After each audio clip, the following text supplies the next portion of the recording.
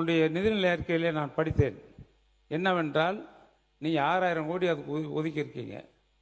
6000 கோடி ஒதுக்கி அதில் இதுக்கு பெரிய அர்பனுக்கு, அதாவது பெரிய நகரங்களை சுற்றி இருக்கின்ற கிராம பஞ்சாயத்துகளுக்கு ஒரு 1000 கோடி சாலை வசதிகள் மேம்பாட்டு திட்டத்திற்காக ஒரு 1000 கோடி ஒதுக்கியிருக்கீங்க. இதுபோக மலை பகுதியில் இருக்கின்ற கிராமங்களுக்கு 100 கோடி ரூபாய் ஒதுக்கியிருக்கிறீர்கள். எங்கள் ஆட்சியிலே, கடந்த ஆட்சியிலே மலையில் இருக்கின்ற கிராமங்கள் அத்தனை கிராமங்களுக்கும் முதலமைச்சர் சாலை திட்டத்திலே மட்டுமல்லாமல் பல்வேறு திட்டங்களிலே மழை நீங்கள் நாமக்கல்லில் பார்த்தீங்கன்னா, நாங்கள் போதமலைக்கு 130 கோடி ரூபாயில் இன்றைக்கு சாலை அமைக்கப்பட்டிருக்கிறது. அவருக்கு அமைச்சருக்கு தெரியும், அந்த மாவட்டத்தினுடைய அமைச்சருக்கு. போதமலைக்கு 130 கோடி கொடுத்துருக்கோம், கல்வராயன் மலைக்கு 60 கோடி கொடுத்துருக்கோம். இப்படி ஒவ்வொரு மலைப்பகுதியில் இருக்கக்கூடிய அத்துணை சாலைகளையும் இணைக்கின்ற பணியை முடித்து ஒரே ஒரு 5 சாலைகள் மட்டும்தான் மலைப்பகுதியில், நீலகிரி மலையாக இருந்தாலும் சரி, அல்லது இருக்கக்கூடிய நம்ம ஏற்காடாக இருந்தாலும் சரி, அல்லது கோடை மலைப்பகுதிகளாக இருந்தாலும் சரி, மேகமலை பகுதிகளாக இப்போ போராட்டம் நடக்குது, அந்த மலைப்பகுதியிலே சாலைகள் அமைத்திருக்கிறோம். இப்போ வெளியேற சொல்கிறாங்களே, அதிலே சாலை அமைத்த ஆட்சி எங்களுடைய ஆட்சி. அனுமதி கொடுத்திருக்கிறது இது வனத்துறை. ஒரு 5 சாலைகளுக்கு மட்டும்தான் வனத்துறை அனுமதி கொடுக்காமல் இருக்கிறது. எங்கள் ஆட்சி காலத்திலே அத்தனை மலைப்பகுதிகளுக்கும் நாங்கள் சாலைகளை அமைத்திருக்கிறோம். அது மட்டுமல்லாமல் அவங்க அதற்காக 100 கோடி ஒதுக்கியிருக்காங்க. அந்த 5 சாலைகளுக்கு மட்டுமல்லாமல் இன்னும் வளர்ச்சிக்கு பயன்படுத்தலாம், அதை பற்றி ஒன்றும் இல்லை. ஆனால் அண்ணாவின் பெயரை மாற்றியது தான் மிக வருத்தமாக இருக்கிறது. எதற்காக அண்ணாவின் பெயரை மாற்றி தமிழ்நாடு வெற்றி என்ன, வில்லேஜ் எம்பவர்மெண்ட் டிரான்ஸ்ஃபர்மேஷன் ரெஜுனவேட்டிவ் இனிஷியேட்டிவ் என்று சொல்லியிருக்கிறார்கள்.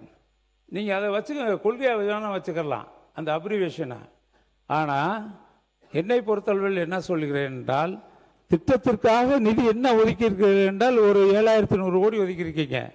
எங்களுடைய ஆட்சி காலத்தில் நான் குறிப்பிட்டு சொல்ல வேண்டும் என்றால், ஒரு ஒரு விவரத்தை கொடுத்துருக்காங்க, எவ்வளவு கொடுத்துருக்கோங்கிறத.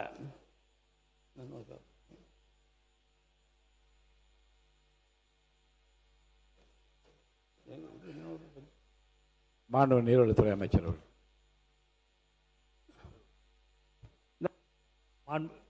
அண்ணா ஒன்றே ஒரு மாண்பு பேரவைத் தலைவர் அவர்களே, அண்ணன் சொன்னாங்க எல்லாம் மலையில் வசிக்கிறவங்களுக்கெல்லாம் ரோடெல்லாம் போட்டிருக்கிறோம் அப்படின்ட்டு.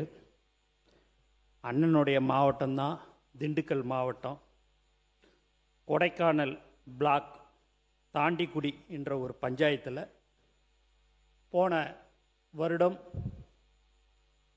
எங்கள் தலைவர் தளபதி அவர்கள் படப்பிடிப்புக்கோசம், ஷூட்டிங்கோசம் அங்கே போனார்.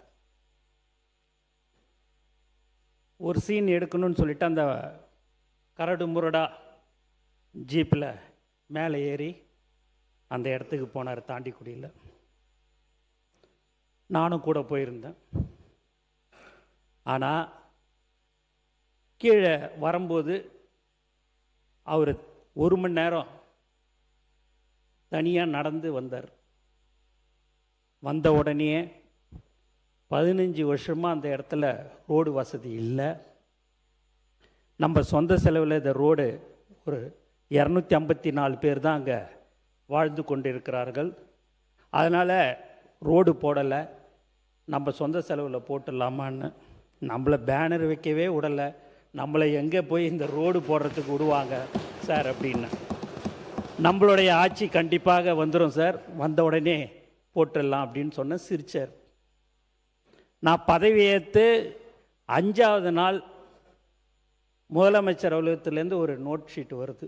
என்னான்னு பார்த்தீங்கன்னா, அந்த தாண்டிக்குடியில் கிராமத்துக்கு ரோடு போடணும்னு சொல்லிட்டு போன வருஷம் மே மாதத்தில் சொன்னதை நினப்பு வச்சுக்கின்னு நான் அதை மறந்துட்டேன். எங்களுடைய முதலமைச்சர் அவர்கள் வந்த 5வது நாட்களே அதை போடுறதுக்கு சொன்னார். இன்றைக்கி சுமார் 5 கோடி ரூபாய் ஒதுக்கீடு செய்யப்பட்டு இன்று வேலை ஆரம்பிக்கப்பட்டிருக்குது என்பதை இந்த அவையில் நான் தெரிவித்துக் கொள்கிறேன். செய்திகளை உடனுக்குடன் தெரிந்து கொள்ள கீழ்க்கண்ட கேபிள் மற்றும் டிடிஹெச் நெட்வொர்க்குகளில் எம்நாடு செய்தி தொலைக்காட்சியை காணுங்கள். பாதகம் செய்பவரை கண்டால் நாம் பயம் கொள்ளலாகாது பாப்பா. மோதி மிதித்து விடு பாப்பா, அவர் முகத்தில் உமிழ்ந்து விடு பாப்பா.